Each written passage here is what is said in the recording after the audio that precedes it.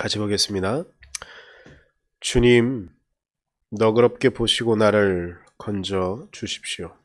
주님, 빨리 나를 도와주십시오. 내 목숨을 노리는 자들이 수치를 당하게 해 주십시오. 내 재난을 기뻐하는 자들이 모두 물러나서 수모를 당하게 해 주십시오. 깔깔대며 나를 조소하는 자들이 창피를 당하고 물러가게 해 주십시오. 그러나 주님을 찾는 사람은 누구나 주님 때문에 기뻐하고 즐거워하게 해 주십시오. 주님의 승리를 즐거워하는 모든 사람이 하나님은 위대하시다 하고 늘 찬양하게 해 주십시오. 그러나 불쌍하고 가난한 이 몸, 하나님, 나에게로 빨리 와 주십시오. 주님은 나를 도우시는 분, 나를 건져 주시는 분이십니다. 주님, 지체하지 마십시오. 아멘. 오늘 시편은 다른 시편과 동일하게 주님의 도움을 구하는 그런 시편입니다. 그래서 시작 자체도 1절부터 나를 도와주십시오. 빨리 나를 도와주십시오. 이렇게 간구하며 시작하고 있습니다. 우리 주변에 있는 사람들이 깔깔대며 나를 조소하는 자들이 있음을 3절에서 말하면서 그들이 빨리 물러가게 해달라고 간구하고 원하죠. 그렇게 간구하고 원하는 이유는 4절에 주님은 위대하시다 라고 결국은 찬양 받으실 그분, 그래서 주님의 누구나 주님을 찾는 사람은 그렇게 주님은 위대하시다라고 고백할 수 있게 해달라고 간구하며 기도하는 것입니다. 그런데 그 간구함을, 그 간절함을 5절에선 이렇게 표현하고 있는 것이죠. 불쌍하고 가난한 이 몸이라고. 하나님 빨리 나에게로 와 주십시오라고. 주님은 나를 도우시는 분이며 나를 건져주시는 분이시니 빨리 와서 나를 구해달라고 간구하며 기도하는 그런 시편입니다.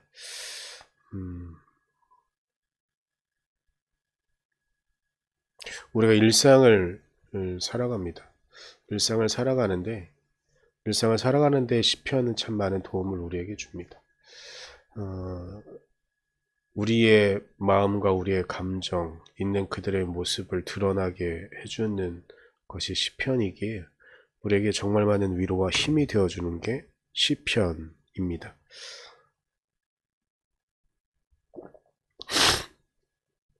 그런데 시편이 총 150편 가운데 반 이상이 오늘 읽은 것과 같은 하나님께 도움을 구하고 하나님께 억울함을 호소하고 이런 시편입니다.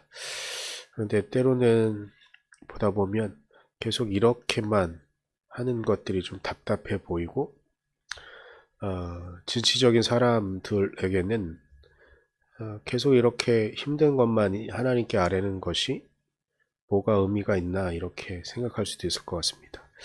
그런데 우리의 삶을 자세히 보면 우리의 삶에는 이러한 요소들이 항상 있다는 겁니다.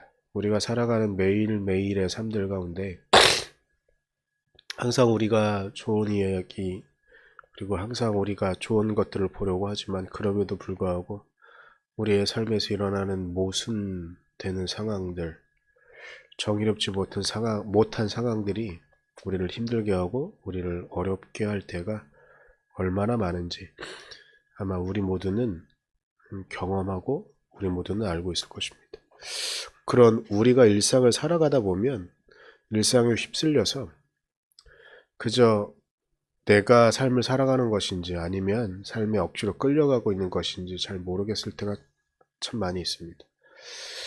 제가 아주 재밌게 열심히 매 시즌이 나올 때마다 열심히 보던 드라마가 있는데 미국 드라마 중에 ER이라는 드라마가 있습니다. 물론 요즘은 계속 방영하는지 뭐 저도 이제 시즌 11인가 12인가까지 보다가 포기해버린 그런 드라마이긴 한데, 제가 알기로는 하여튼 시즌 15까지 나온 건 확인은 했는데, 다, 끝까지 다 보지는 못했습니다. 그런데 그 드라마에 한 시즌 10인가 시즌 9인가에, 한 장면을 보고서 제가 되게 인상이 깊었었어요. 물론 그 드라마가 여러 가지 인상이 깊은 장면들이 있는 그런 드라마이긴 한데, 제가 말씀드리고 싶은 장면은 이런 거였습니다. 미국 시카고의 미국 시카고에 있는 병원의 응급실을 배경으로 하고 있는 이 드라마는, 인도인 여자 레지던트가 나와요. 근데 이 레지던트가 어느 날 이렇게 시작을 하는 거죠.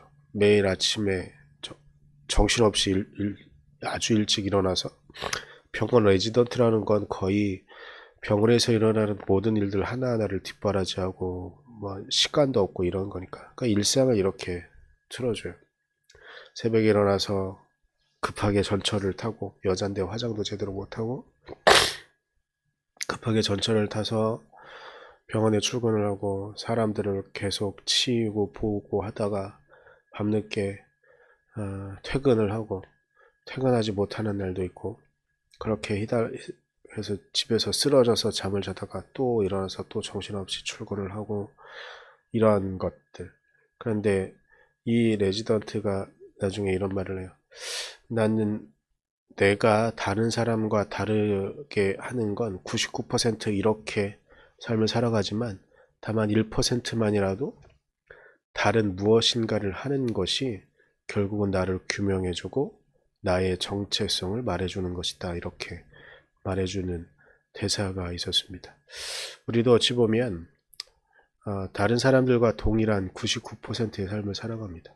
직군만 다를 뿐, 혹은 지역과 시간만 다를 뿐, 대부분의 사람들과 동일하게 살아갑니다. 그런데 우리의 정체성을 나타내 줄 수 있는 것은 그 1%의 시간 가운데 나는 무엇을 선택하고 있고 무엇을 하고 있는가가 우리가 결국은 이 땅을 살아가는데 다른 존재로 살아가게 하는 그런 요소인 것 같습니다. 저의 바람은 그 1%의 시간을 통해서 우리가 하나님을 경험하고 하나님의 음성을 들을 수 있는 이들이 되었으면 좋겠습니다. 우리의 삶 가운데 때로는 억울할 수 있고, 때로는 답답할 수 있고, 때로는 힘들 수 있고, 때로는 무기력해서 아무것도 못할 수 있지만, 그 1%의 시간 가운데 우리가 하나님을 찾고 하나님께 간구하고 기도할 때, 또한 우리의 주변에 있는 사람들이 하는 말들 속에서, 그리고 지금 날씨가 점점점 하루하루 다르게 추워지고 있고, 어느 날은 추워졌다 좀 풀렸다 이런 것들을 반복되어지는 상황들 가운데, 혹은 지금 한참 단풍이 피고 있는데 단풍이 아름답게 색깔을 바꾸어가고 있는데, 그 색깔을 바꾸어가는 시간들 속에서 하나님이 이렇게 또 나의 눈을 우리 주변에 있는 상황들을 바꾸어 가시는 것을 발견할 수 있는 우리, 그렇다고 한다면 우리는 이 땅을 살아가는데 99%의 사람이 아니라 그 1%의 변화를 감지하고 그 1%의 시간들 가운데 하나님을 찾는 사람들이 되어지는 것은 아닐까. 그렇게 우리가 하나님을 찾을 때 비록 우리는 불쌍하고 가난한 이 몸이지만 하나님의 은혜를, 그리고 하나님의 사랑으로 살아가는 사람이 되는 줄 믿습니다. 우리가 그렇게 우리의 삶을 살아갈 수 있기를 간절히 소망합니다. 기도하겠습니다. 주님, 주님의 은혜와 주님의 도우심을 바라며 간구하며 하나님의 은혜 앞에 섭니다. 불쌍하고 가난한 이 몸이 당신의 은혜를 구하며 당신의 사랑을 간구합니다. 당신은 우리를 도우시는 분이시며 우리를 건져주시는 분이기에 우리가 주님께 간구하오니, 하나님 오늘 하루의 삶 가운데 하나님의 은혜를 경험케 하여 주시고 우리를 이끌어 주시는 하나님의 능력을 만날 수 있도록, 우리가 고백할 수 있도록 우리를 이끌어 주시옵소서. 오늘 하루의 삶 가운데 우리 선한 목자교회 성도들의 삶을 하나님께서 그렇게 지켜주고 이끌어 주실 줄 믿으며 감사드리며 예수님의 이름으로 기도드렸습니다. 아멘.